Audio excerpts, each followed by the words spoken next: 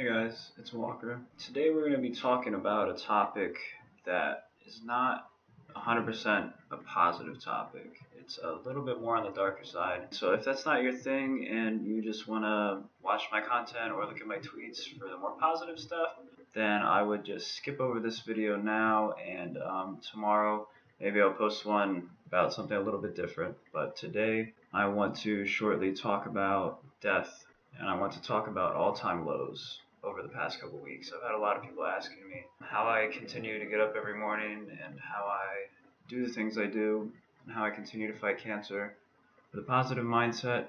And also a lot of people have been asking me about my background and where I've been before cancer and what kind of led up to today. So my story is my parents split when I was about 8 years old, and that didn't really affect me too much at the time. I was very young. They're both with new partners now, and they're content and they love each other. And that's what matters.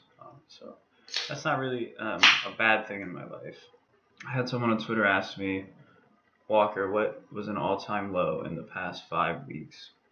That really got to me, because there's been a lot of lows in the past couple weeks, as you guys know. And there's also been a lot of highs, but we're going to focus on the lows right now. It's not the most positive thing to talk about, so if this isn't your thing, then you can click off this video. I totally understand, but I would say the one day that stuck out to me the most these past 5 weeks was the day before Valentine's Day. Now, I got a word that my fiance had left me, and she left me over Facebook. I didn't even find out in person. I found out over Facebook that she left me. And this was all the while my stomach was swollen to about the size of a melon. My tumors were pushing against my stomach and my diaphragm. They were pushing into my rib cage, in the inside of my rib cage, and I couldn't even get out of bed. And I had to find out that day, the day before Valentine's Day. That was a tough day. And then I found out the same day that she had gone to the movies with her boss / best friend later that night after breaking off our engagement, and I haven't heard a word from her since. So that was an all-time low. One of the all-time lows recently was that. That was I wouldn't say it was an all-time low, but it was a low nonetheless. And I couldn't let myself stay in a position where I couldn't feel sorry for myself. I could not feel sorry for myself. I told myself that over and over. I didn't have time, because time is not of the essence. It's never been of the essence for me. I'm fighting a cancer that doesn't slow down and doesn't give up, and so I can't slow down and I can't give up. And then the next day, Valentine's Day comes around. I wake up, it's about 9 a.m. Wake up pretty early every morning to take my medicine on a pretty routine schedule, and my mom, bless her soul, usually helps me out, but she was upstairs. She was all the way upstairs this time. And these are just the little things that I have to deal with on a day-to-day basis that most people who don't have cancer or don't have this progressed type of cancer have to deal with. If you do, then I'm sorry, because it sucks and I know exactly how you feel. But I had to go to the bathroom, and I couldn't get out of bed because my feet were so swollen that you couldn't even see my toes. My stomach was so swollen I couldn't move.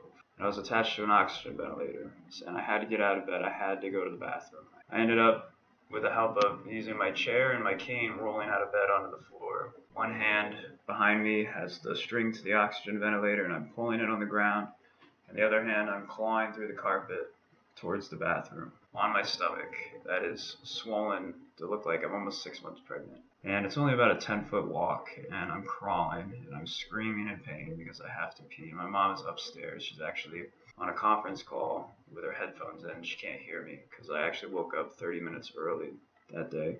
And I just remember I finally made it to the bathroom, pulling this tank behind me, out of breath because my lung function was so low. And I just crawled into the bathroom. My nails are bleeding at this point. And I just laid on the bathroom floor. That was an all-time low. That's when I genuinely thought that it couldn't get any harder, and that I was ready to give up, as I laid there in a puddle of my own piss. I laid there and I cried for about 10 minutes or so, and my mom came down actually with breakfast she had made, pre-made, and she found me there and helped me up and got me cleaned up. But it's moments like that where you realize just how powerful the cancer can be. And not powerful in the sense of negative or positive, but just how much this disease pushes you. every single day. So, to the person who asked me what an all-time low had felt like in the past couple weeks, that's definitely up there. Now I get other questions too, asking before, recent events, what challenges have I faced or what have I gone through, and that's it's a funny thing that people ask that because I myself don't really think back to a time before I had cancer, and I really probably should. My life has moved really fast in the past 5 years, I would say. I haven't had cancer for 5 years, but just in the past 5 years, I was bullied a lot in high school, early high school, middle school. I dressed different. I wore clothes that people didn't agree with, or just my social cues weren't what the kids that were popular thought were okay. So I was beat up a lot, and it led to me dropping out of school, getting into drugs, becoming a drug addict to the point where I actually tried to commit suicide through an overdose 3 times. And that was also an all-time low. I didn't know how to cope with emotion and feeling the right way at a young age as a teenager. And that definitely drove me into a dark place for quite some time in my high school days. And high school for me wasn't the best experience. But I did get out, I dropped out, and I finished school online and got my diploma. Right as all of that happened, I actually found out I had cancer about 2 weeks before I was scheduled to graduate with the diploma, like to go up and receive it. And so all of the drug addiction and the abuse and the being beaten up, that kind of had to be put to the side. I really didn't have time to reflect on it as other people take years to do, or to carry on that baggage with them. I had to just drop it and I had to continue. I had a new challenge to face, and that was cancer. It's a little bit before I had cancer. Backstory. Now, about 2 months into my diagnosis, actually, I was walking over to a friend's house, and this is when the lows start to get a little heavy. And I walked into my friend's house, and I hear her mother screaming bloody murder, and I didn't know what was going on at the time. And I ran upstairs, and she's lying on the floor, and her wrists are cut open, and she's not moving. That was an all-time low, having to see your best friend uh, lifeless on the floor, because she was so worried that the cancer was going to kill me that she didn't want to live any longer, thinking that I was going to die of cancer. That was a low. That was a low. Or 6 months later, when my other best friend got into a car accident, became paralyzed from the waist down. A drunk driver ran through a red light and hit the side of his car. Paralyzed him from the waist down. It gave him small frontal lobe damage. So now he has speech impediment, and he has what looks to be signs of like Asperger's or autism, where social cues don't really snap the way that they snap for the rest of us sometimes. So yeah, those were rough times, and it never seems to fail that just given my luck, you know. I wasn't dealt the best hand of cards in life, it seems, but I make do with what I have. So 6 months, that would put us at about mid 2015. I decided to leave my mom's house, move to Las Vegas. And Las Vegas was great, and it was a great place to live, don't get me wrong, but I damaged my body way too much out there. While I was tumor free, I was making irresponsible choices. I didn't have any tumors. Thought I was invincible, to the point where at one point I stopped taking my medicine. That was the biggest mistake I ever had made. Because not even 2 months after I stopped taking that medicine, 8 small tumors popped up in my stomach. And here we are today with 36 of them. All because I got a little too cocky and thought, I'll just stop taking the medicine. Because in reality, the medicine causes so many side effects. Like, my feet swell, my hands swell, I throw up pretty much hourly. I can't really function. My quality of life was really low. And instead of just toughing it out, I stopped taking the medicine when I saw that there weren't any tumors. And it wasn't the smartest move I'd ever made. And then 2016 comes around, the tumors still aren't shrinking. The doctors out in Vegas were trying the best they could, and care out there just wasn't what it should have been. And so then I was preparing to move, and about 2 months before the move back to the East Coast where my mother lives, so I could seek treatment here in DC, I'm driving home one day, and I get a phone call. It's about my sister. My sister's arms were so cut up that they couldn't even count how many times she had hit her vein on her wrist. She was being bullied quite a lot in school, and I wasn't even aware. She's on the East Coast, and she's transgender. People thought that was okay to do to her, to cause her to do to herself. And they even encouraged it, I was told, in school, that they would make fun of her for her cuts, and they would watch her cut in the bathroom. I received a call that she's in the hospital, and she's not. Uh, she was hanging on for life, and she just kept asking for me.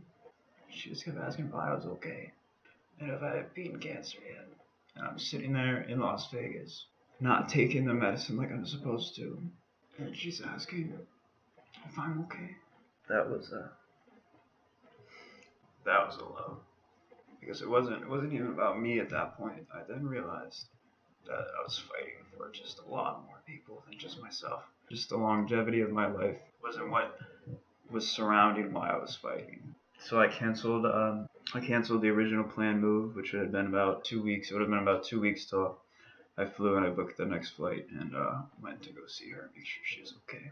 And she recovered. And still to this day, she is still going to counseling for bullying, and I support her 100%. I don't care if you're transgender, what gender you want to be, what race you are, what anything that does. If person is a person, and life is life, and everyone should value that. Yeah, that's about it for today, guys.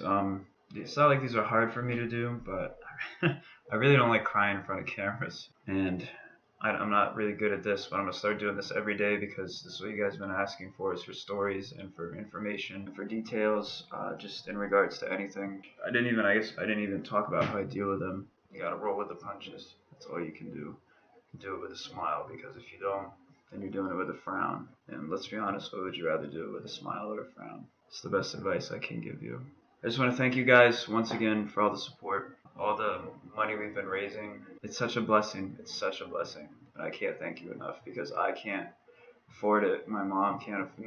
Nobody can afford this in our family. And we wake up every day a blessed family, knowing that we have people behind us, watching us, that are generous enough to be able to donate and to be able to help prolong my life. That's what it comes down to. If this GoFundMe, if I never just started it on a whim and prayed that people would donate, and sure enough people did, if I had never taken that first step, I probably wouldn't be here today. And it's no thanks to all of you guys. It's all thanks to you guys. So yeah, again, I'll be posting more videos just talking about things like this. If you want to see more, be sure to let me know in the comments, or give this video a like or a retweet or a share. I don't really know what form this is going to be going on. I love all you guys, and thank you for listening to my short stories today. I feel like I'm obligated to kind of document this as I go along. I've been documenting the struggle, and I've been documenting the good times, and now I think it's time to document before and after and all in between. Not many people live this long with stage 4 cancer, and so I'm in a unique position where I can share my day-to-day life with you guys, and hopefully you guys can share yours with me. And I'd love to hear more from you guys. I'd love to connect more. Be on the lookout. If the song already isn't live by the time this video goes up, it should be up. But a guy named Chase and his lovely lady MISFIRE came together with me, and with their help producing it, made this amazing song. Chase is an awesome artist, and he helped put my story out through lyric and through song. And if you guys want to go check that out, it'll be in the link to his channel. Will be down below. I want to say thank you once again. I hope you guys have a good day.